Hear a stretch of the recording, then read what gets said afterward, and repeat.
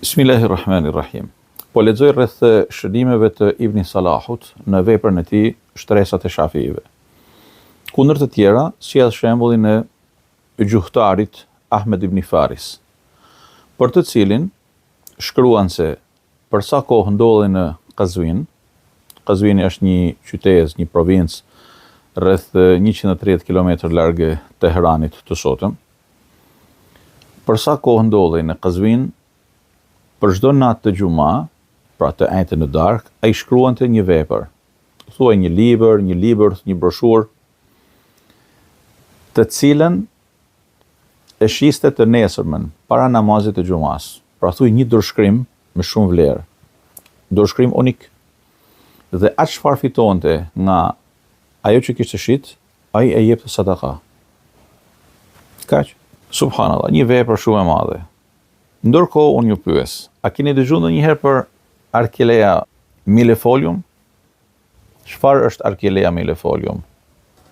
Arkelea është një bim shumë interesante që e shohim rreth Taraboshit, por jo vetëm. Po pse po e përmendin në këtë mëkam?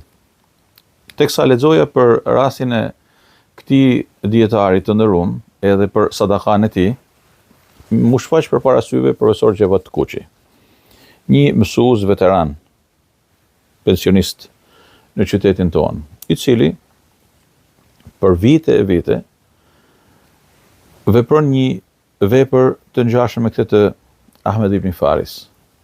Ky zotëni në Rum del në Tarabosh, shëtit, dhe mbledh bim medicinale. I than, i paketon dhe ju shpërndan njerëzve sadaka. Nuk i merr askujt asgjë. Sa herë ai vjen tek ne, në myftini, tek dera shtëpisë time, shokëve të mi, miqve të tij, e kështu me radhë, edhe sjell Arkilean, që është shumë e mirë për tupi, si çaj, për pastrimin e mushkënive, problemeve të mbrëmshme që ka njeriu me gripin, me ethe, me të ngjashme. Kamomilin, sherbelen, por jo vetëm. Profesori bën atë që din me ba më së miri, dhe atë që njeh më së miri, edhe nga bagazhi i tij, edhe trashëgimia e tij ditërore. Pse e përmend rastin e profesorit të nderuar paralel me këtë ngjarje apo këtë shënim të Ibn Salahut? Për të dhënë një mesazh është shumë i rëndësishëm për gjithë secilin prej nesh. Secili prej nesh, të dashurit e mi, ka mundësi që të paktën një herë në muaj të jap një sadaka nga ajo çfarë Zoti i ka dhënë dhe atë që ky njeri din me ba më së miri.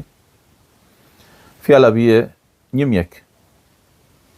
Sa mirë do të ishte që të paktën një herë në muaj të vizitonte një pacient falas. Aq më shumë në kohët e sotme kur ka shumë varfëni, ka shumë njerim, edhe ka shumë skamje në mesin e njerëzve.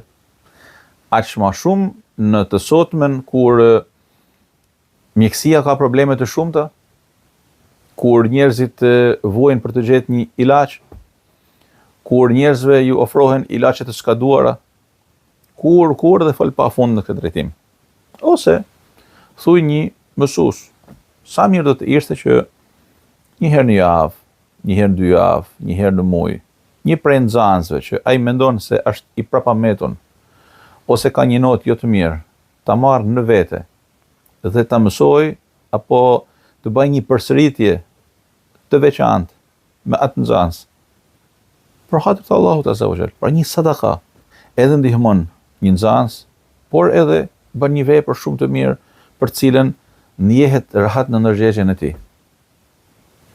Thuaj një inxhinier, thuaj një avokat, thuaj një farmacist, thuaj një gjithë secili prej nesh të dashurit e mi, ka mundësi që në atë pozitë ku Zoti e ka vendosur në jetën e kësaj bote, me dhanë diçka për hir të Allahut azza wa jall, pa prit se do të marrë diçka nga të tjerët.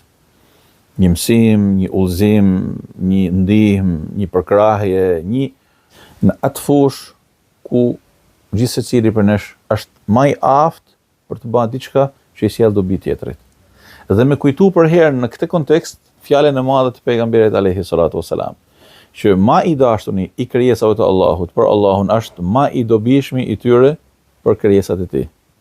Domethënë, Nëse nuk ke mundësi për të dhënë nga xhepi jot, jep nga mundi, nga koha, nga ajo që ti din me ba më së miri për hir të Allahut. I lumi ti për sadakan tane. Kaq. Allahu ju dashur.